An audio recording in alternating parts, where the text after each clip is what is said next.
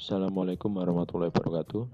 Selamat berjumpa kembali teman-teman di mata kuliah evaluasi sumber daya air di pertemuan minggu ke-10, di mana di pertemuan minggu ke-10 ini kita akan membahas tentang melanjutkan materi-materi kita sebelumnya, di mana seperti yang sudah saya sampaikan bahwa di pertemuan minggu ke-10 ini kita akan lebih condong membahas ke evaluasi sumber daya air, di mana di pertemuan mid semester sebelumnya kita lebih banyak membahas tentang evaluasi sumber daya lahan.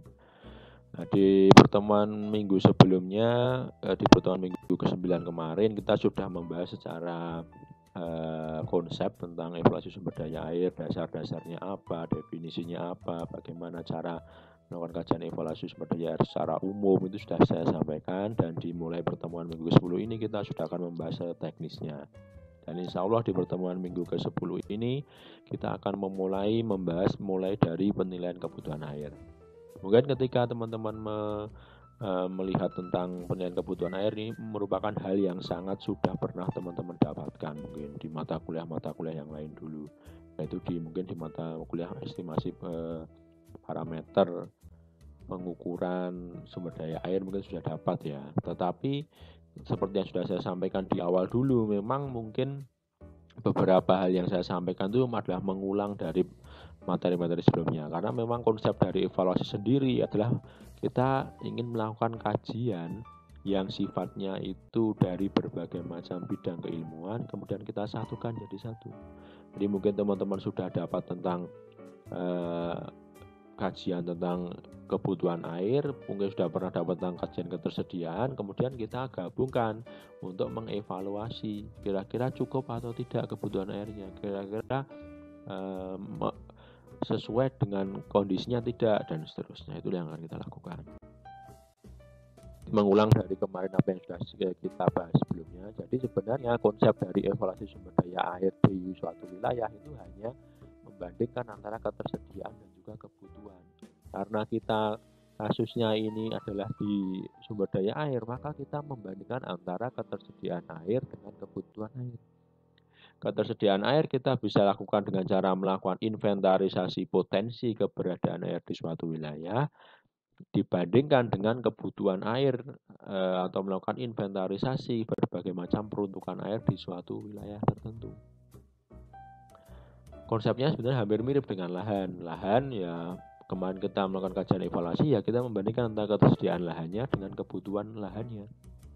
Kalau untuk air kita membandingkan ketersediaan air dengan kebutuhan airnya. Nah, ketika sudah dibandingkan nanti bisa diketahui hasilnya. Dikatakan baik itu jika bagaimana? Dikatakan baik jika ketersediaannya itu sama atau melebihi dari kebutuhan airnya. Dikatakan buruk jika bagaimana, atau dikatakan kritis jika ketersediaan airnya itu jauh lebih rendah dibandingkan dengan kebutuhan airnya. Seperti itu. Nah, ketika lebih rendah ketersediaan airnya dibanding kebutuhan, maka dapat diasumsikan bahwa air yang ada di suatu tempat atau di suatu wilayah tersebut itu tidak bisa mencukupi untuk kebutuhan airnya.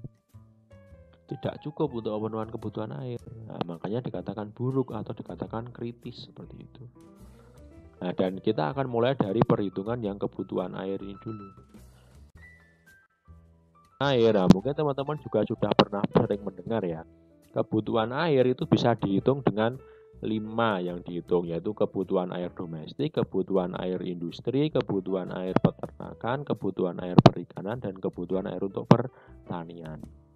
Kenapa hanya 5 aktivitas ini yang dihitung? Karena memang kalau teman-teman lihat dari kelima aktivitas inilah merupakan kebutuhan air yang memiliki jumlah air yang sangat besar sekali untuk dimanfaatkan. Untuk domestik jelas sangat besar, di industri jelas besar, peternakan besar, perikanan, pertanian besar semua. Selain itu, dari 5 pemenuhan kebutuhan air ini, baik secara kuantitas itu dia membutuhkan jumlah air yang sangat besar, ternyata dia juga memerlukan kualitas air yang berbeda-beda. Harus sesuai dengan apa? Standar baku mutunya. Karena untuk kebutuhan air domestik kita punya standar baku mutunya sendiri. Untuk industri punya baku mutunya, peternakan punya baku mutunya, perikanan punya baku mutunya, pertanian juga punya baku mutunya. Setiap setiap kebutuhan air itu memiliki baku mutu secara kualitas. Kuantitasnya juga harus dipenuhi. Ya, makanya memang ketika kita melakukan perhitungan evaluasi sumber daya air, memang kita harus perlu lebih rigid dibandingkan yang evaluasi sumber daya lahan. Kenapa? Karena memang selain secara kuantitas yang harus dipenuhi, ternyata untuk kebutuhan untuk pemenuhan evaluasi sumber daya air kita harus memperhatikan kualitas, kita harus memperhatikan distribusi, karena tidak mungkin kita hanya melihat ketersediaan. Oke lah, ketersediaannya mencukupi, tetapi mungkin secara kualitas dia sangat buruk sehingga tidak mungkin manusia untuk meminumnya, untuk memanfaatkannya untuk mandi kan seperti itu. Bisa nanti ketika diminum malah menimbulkan penyakit sehingga tingkat kesehatan menurun. Nah, itu bisa terdampak. Oleh karena itu maka selain untuk perhitungan evaluasi, selain dari ketersediaan, kita harus juga memperhatikan tentang kualitasnya. Makanya ada standar baku mutu air seperti itu. Nah, ini insya Allah nanti ketika teman-teman akan melakukan kajian, jadi nanti kan memang untuk di pertemuan kali ini tugasnya teman-teman adalah untuk menghitung kebutuhan air yang ada di wilayah yang teman-teman kaji. Jadi kelompoknya, ini tetap berkelompok seperti sebelumnya tentang sumber daya lahan. Jadi kelompoknya sama, wilayahnya kabupaten sama, tinggal nanti tugasnya adalah menghitung kebutuhan air. Tetapi nanti perhitungan kebutuhan airnya dilakukan dalam cakupan kecamatan. Jadi misalkan di satu kabupaten teman-teman itu ada 10 kecamatan, ya nanti harus menghitung 10 pemenuhan kebutuhan air di kecamatan tersebut. Masing-masing kecamatan dihitung. Nah, ini adalah 5 kebutuhan air yang ada. Kita akan bahas satu persatu. Domestik, kebutuhan air domestik itu mungkin teman-teman juga sudah tahu, kemarin juga sudah saya bahas bahwa kebutuhan air domestik itu merupakan kebutuhan air yang dibutuhkan oleh manusia untuk apa? Untuk aktivitas rumah tangga seperti makan, memasak, mencuci, mandi, cebok. Nah, dan kenapa kebutuhan air domestik ini ditaruh di paling awal? Karena memang kebutuhan air domestik ini biasanya merupakan kebutuhan air yang paling besar di dalam satu wilayah. Ya bisa dibayangkan tiap orang itu punya standar sendiri dalam satuan liter per hari per orang per kapita. Tinggal dikalikan jumlah penduduknya. Jika jumlah penduduknya banyak, maka kebutuhan airnya jelas akan lebih banyak. Kalau sedikit, ya kebutuhan airnya akan sedikit, seperti itu. Nah, makanya kebutuhan air domestik ini ditaruh di paling awal dan wajib untuk dihitung. Jadi ketika teman-teman melakukan kajian evaluasi di suatu wilayah, memang kebutuhan air domestik ini biasanya itu minimal harus dihitung. Kebutuhan air yang lain oke lah bisa dipikirkan dulu, tapi yang domestik itu harus dihitung. Kenapa? Karena kaitannya dengan pemenuhan kebutuhan manusianya, masyarakatnya. Ini harus dipenuhi dulu, ini karena kebutuhan dasar air itu. Nah, makanya biasanya nanti selain kita menghitung kebutuhan air yang ada sekarang, biasanya kita akan proyeksikan juga. Makanya dengan cara apa proyeksinya nanti saya akan jelaskan.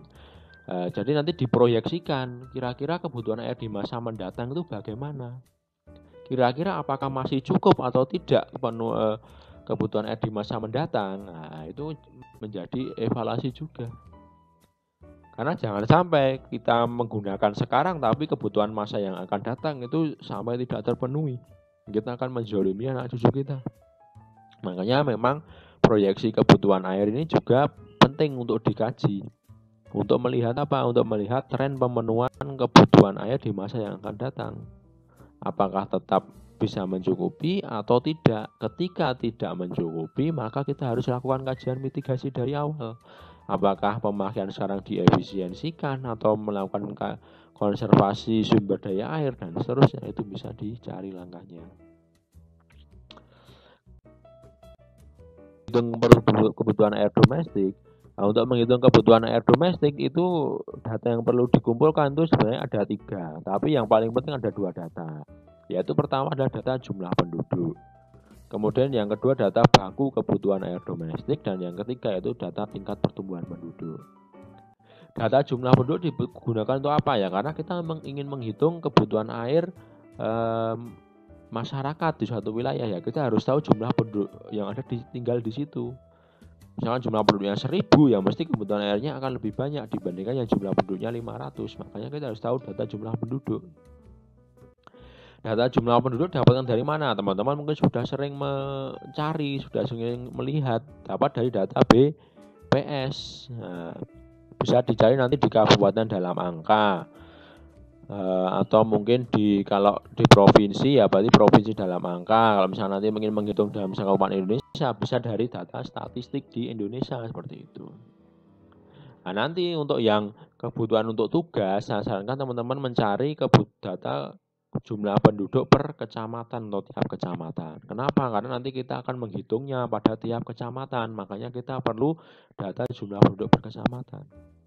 Ini sangat mudah sekali mencari data jumlah penduduk karena teman-teman tinggal membuka saja website BPS di wilayah kabupaten masing-masing. Nanti di situ ada jelas data jumlah penduduk dari tahun ke tahun. Tapi nanti carilah tahun yang paling terbaru, dari tahun 2019. Mencari yang kedua adalah data baku kebutuhan air domestik. Data baku kebutuhan air domestik ini adalah merupakan data berapa liter sih atau berapa meter kubik sih kebutuhan air per orang di suatu wilayah tertentu. Oh, ternyata di wilayah tertentu itu kebutuhan airnya itu 10 liter per hari atau 15 liter per hari. Nah, itu ya adalah data baku kebutuhan air domestik. Caranya bagaimana cara mencari baku kebutuhan air domestik? Ada dua cara. Ada dengan menggunakan data primer dan data sekunder. Data primer itu bagaimana? Dengan survei kebutuhan air. Jadi teman-teman lakukan survei. Caranya bagaimana? Dengan melakukan wawancara, dengan kuesioner. Dengan cara apa? Dengan cara kuesioner, wawancara, menanyakan tentang kebutuhan air di tiap orang di suatu wilayah. Misalkan wilayah kita ingin mengkaji kebutuhan air di Kecamatan Pabelan, ya teman-teman harus wawancara dengan kuesioner, mendatangi rumah-rumah warga di Kecamatan Pabelan, ditanya kebutuhan airnya. Untuk mandi misalkan berapa kali sehari, setiap mandi butuh berapa liter, untuk minum berapa liter sehari, kemudian untuk misalkan cuci baju seminggu berapa kali, setiap cuci butuh berapa liter gitu.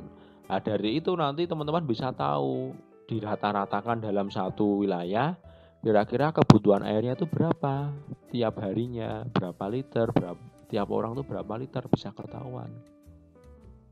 Di situ ada berapa jumlah keluarga, tinggal dibagikan. Misalkan oh ternyata hasil perhitungannya di satu kakak itu dia butuh dalam sehari itu 100 liter. Ada 2 anggota keluarga, berarti tiap orang itu butuh 50 liter per hari. Nah, nanti dari hasil survei misalnya ada 100 orang yang diwawancara, dirata-ratakan kebutuhan airnya berapa liter per hari dari 100 orang itu. Nah, nanti dari rata-ratanya ketemu nilai baku kebutuhan air domestik di wilayah tersebut.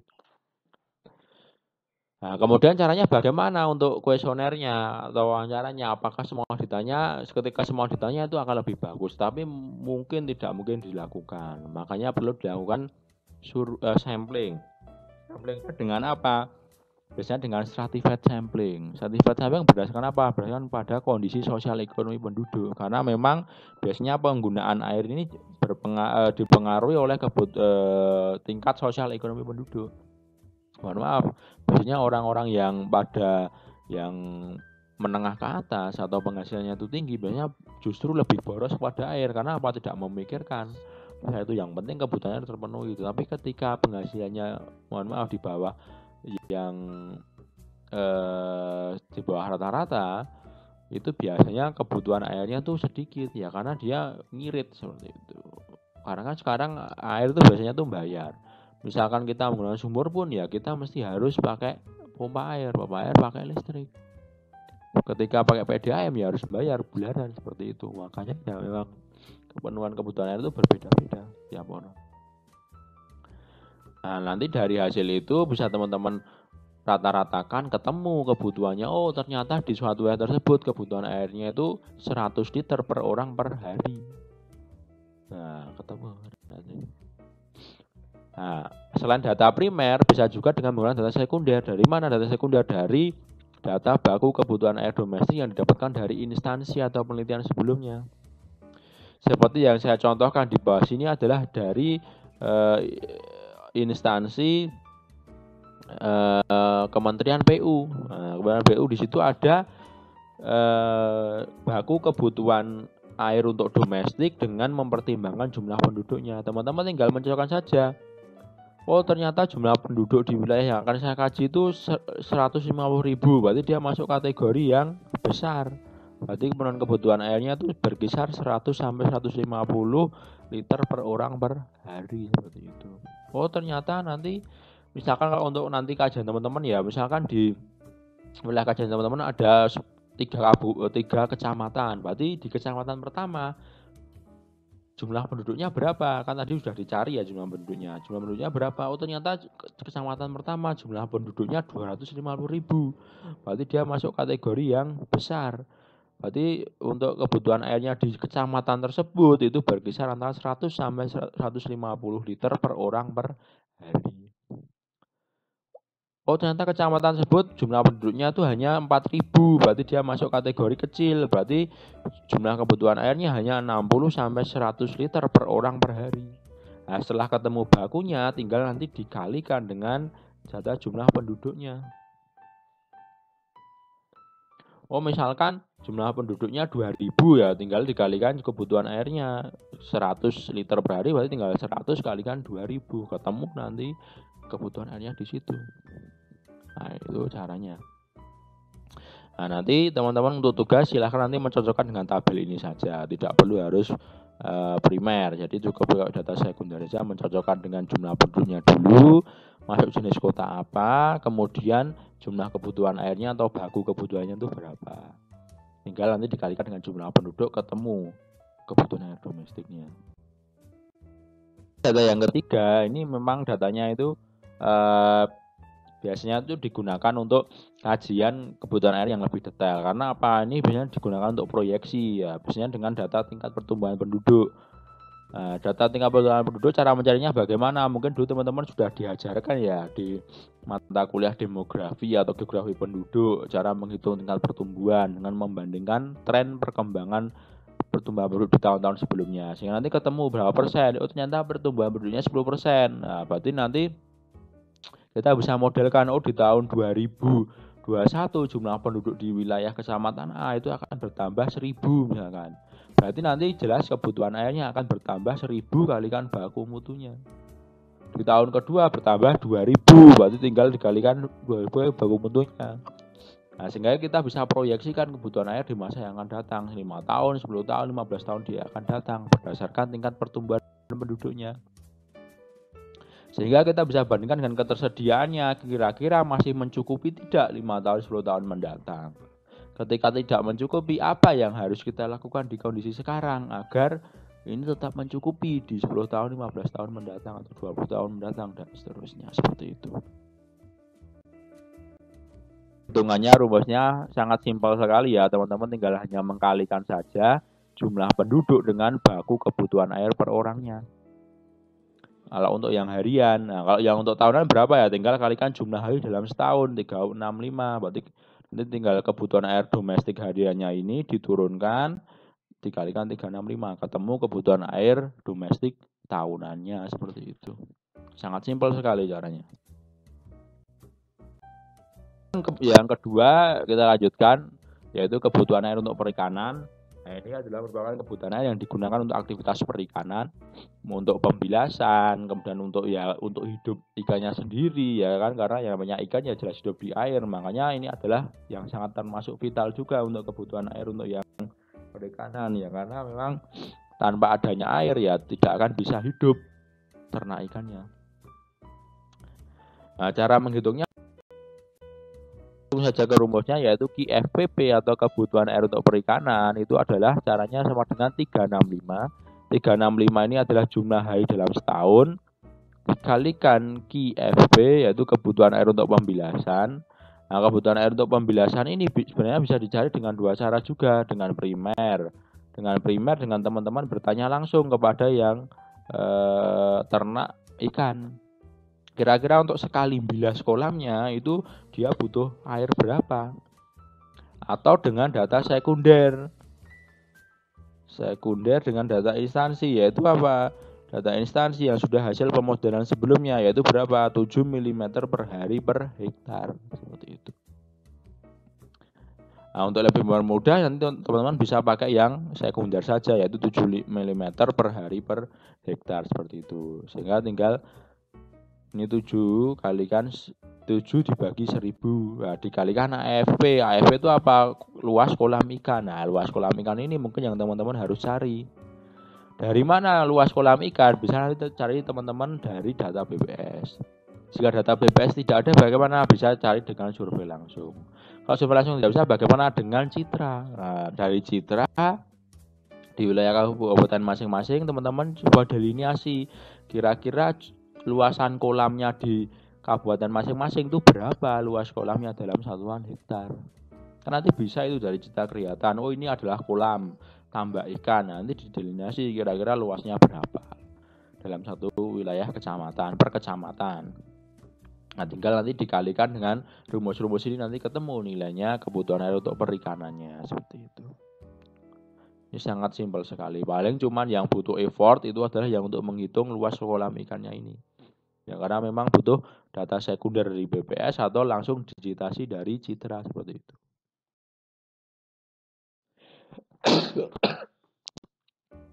Selanjutnya, kebutuhan air untuk peternakan.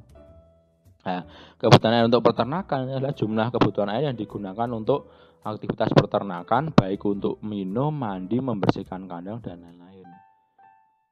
Nah, kebutuhan air ini untuk peternakan ini bisa dinyatakan dalam satuan per jenis hewan per kapita. Seperti kalau kita ingin menghitung yang kebutuhan air domestik. Nah, untuk perhitungan kebutuhan air peternakan kita butuh dua data, yaitu data jumlah ternak dan juga data baku kebutuhan air ternak. Data jumlah ternak ini juga harus dipisah per jenis ternaknya. Apakah dia jenis ternaknya itu yang skala yang kecil, yaitu berupa unggas, apa yang sedang berupa kambing, apa yang besar seperti sapi, kerbau, kuda, dan seterusnya. Itu harus dipisahkan. Teman-teman harus mencari data jumlah ternak tiap kriteria itu. Untuk yang unggas berapa, yang kuda, sapi berapa, untuk yang kambing berapa, itu jumlahnya harus diketahui. Caranya bagaimana? Cari data BPS. Data BPS itu ada, bisa nanti dicari di Kabupaten Dalamangka, Kecamatan Dalamangka, atau data statistik peternakan dan kesehatan, itu bisa. Jadi nanti cari data jumlah hewan ternak per kecamatan, seperti itu. Selain data jumlah hewan ternak, kita teman-teman harus tahu juga baku. Nah, baku kebutuhan air ternak ini bisa dapatkan dari data sekunder. Nah, ini saya ambilkan dari data hasil penelitian PT Indra Karya. Jadi di sini terbagi jenis ternaknya ya. Ada pertama yaitu sapi kerbau kuda. Sapi kerbau kuda.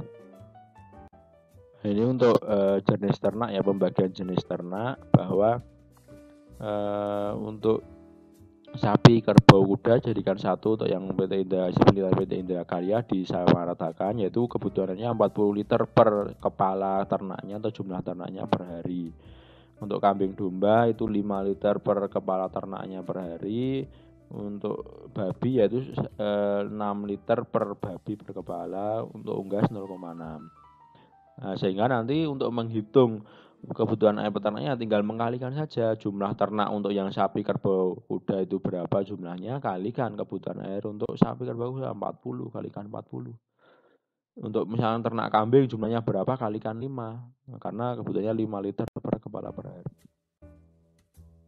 Itu rumusnya ini ya. Misalkan nanti dalam satu wilayah teman-teman atau wilayah satu kecamatan ternyata ada 4 ternak, ada ternak sapi, ada ternak kambing, ada ternak babi, ternak unggas. Berarti nanti ya teman-teman tinggal mengalikan jumlah ternak sapi kalikan kebutuhan air sapinya, ditambahkan jumlah ternak kambing dikalikan kebutuhan air kambing, ditambahkan kebutuhan air babi kalikan jumlah ternak babi, dan seterusnya tambahkan kalikan 0,36.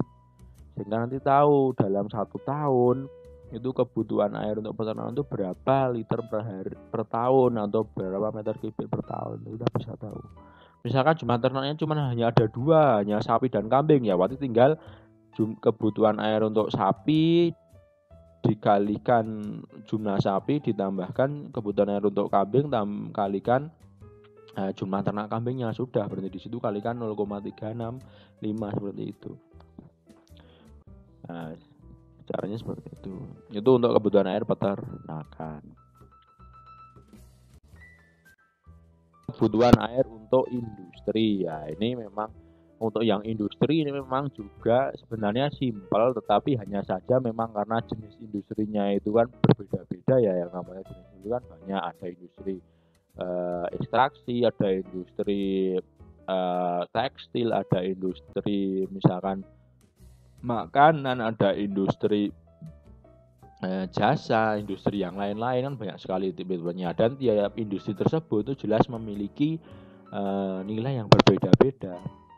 Industri pengolahan limbah dengan industri ekstraksi mesti kebutuhan airnya akan berbeda. Industri tekstil akan berbeda dengan industri makanan kebutuhan airnya, dan seterusnya. Dan sehingga karena tiap industri itu beda, maka nilainya itu juga variatif sekali untuk kebutuhan air industri.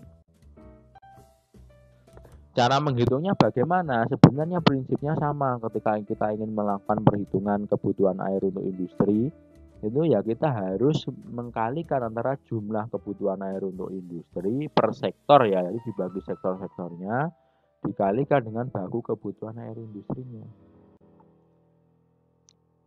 Data jumlah industri per sektor itu bisa jadi dari mana? Dari BPS. Di Kabupaten Dalamangka itu ada sektor industrinya bagaimana, kalau industri kecil jumlahnya berapa, industri sedang jumlahnya berapa, industri besar jumlahnya berapa, atau mungkin kalau bisa sampai ke jenisnya, jenis industrinya tekstil, apa jenis industrinya makanan, apa industrinya ekstraksi, atau industrinya penambangan dan seterusnya. Itu kalau bisa dicari sampai ke jumlahnya.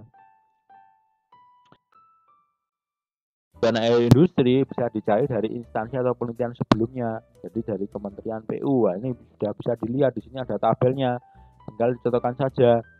Oh, misalnya pada industri sedang, untuk industri minuman ringan, kisarannya kebutuhan airnya 1.600 sampai 1.200. Untuk industri kecap berapa? Industri besar misalkan berapa? Industri tekstil itu berapa? Sudah ada semua kebutuhan airnya. Nah, ini tinggal dicocokkan dari Kementerian PU seperti itu. Untuk perhitungan kebutuhan airnya ya tinggal dikalikan jumlah industri di sektor A kalikan baku kebutuhan air di sektor A. Misalkan ada 2 sektor, berarti ya tinggal dikalikan antara sektor yang jasa dikalikan dengan kebutuhan air yang untuk sektor jasa. Jumlahnya yang sektor jasa berapa kalikan kebutuhan air untuk sektor jasa berapa, dan seterusnya seperti itu. Tinggal dijumlahkan. Kemudian untuk yang terakhir yaitu kebutuhan air atau inventarisasi kebutuhan air untuk pertanian. Jadi untuk pertanian ini adalah merupakan jumlah kebutuhan air mulai dari penyiapan lahan sampai ke pemanenan ya, kalau untuk kebutuhan air. Makanya nanti untuk perhitungan kebutuhan untuk pertanian itu untuk dihitung dari untuk penyiapan lahan, kemudian dihitung untuk irigasinya, dan nanti untuk panennya dihitung sendiri-sendiri. Langkah perhitungan untuk kebutuhan air untuk irigasi biasanya ini dihitung karena memang yang paling penting atau dari utama dari untuk kebutuhan pertanian itu airnya untuk irigasi. Jadi untuk kebutuhan irigasi itu seberapa besar sih kebutuhannya. Nah, biasanya ini mungkin teman-teman juga mungkin sudah pernah dikenalkan atau sudah pernah disuruh untuk menghitung. Untuk perhitungan kebutuhan air irigasi itu bisa dilakukan dengan software, yaitu software CropWatt. Nah, itu mungkin teman-teman sudah pernah menghitung ya mungkin. Nah, pemenuhan kebutuhan air untuk irigasi itu bisa dihitung dengan software CropWatt itu. Nah, tinggal nanti dimasukkan dalam perhitungan teman-teman misalnya mau menghitung. Tetapi secara umumnya saya akan jelaskan sedikit.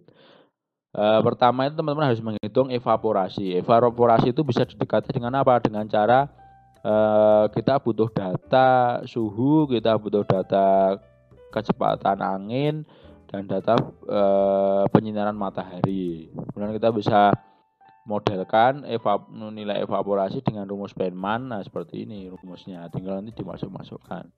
Yang butuh radiasi penyinaran matahari, butuh fungsi butuh suhu, data suhu atau temperatur udara, dan juga data kecepatan angin. Seperti itu untuk menghitung nilai evaporasi. Jika ketemu, teman-teman bisa menghitung consumptive use atau CU.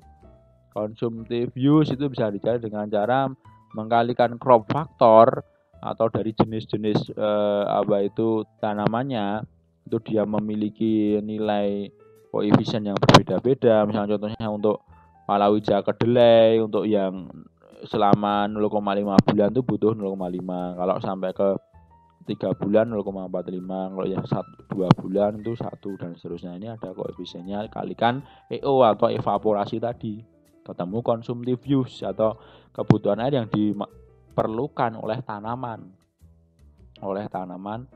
pertanian itu. Consumptive use diketahui bisa menghitung farm water requirement, jadi kebutuhan air untuk satu petak lahan atau satu petak sawah. Caranya bagaimana?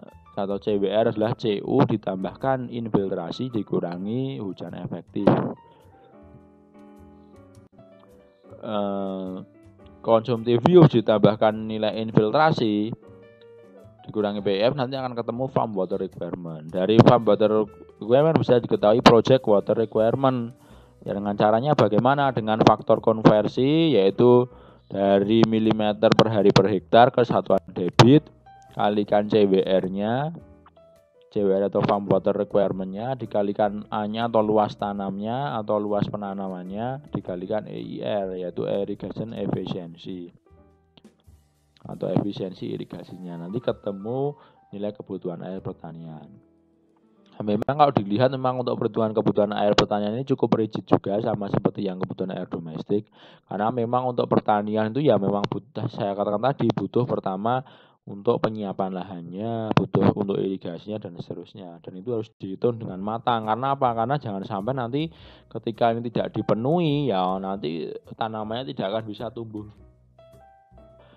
subur, tidak bisa panennya, tidak bisa maksimal. Oleh karena itu memang ini harus dihitung dengan secara matang. Makanya perhitungannya agak panjang.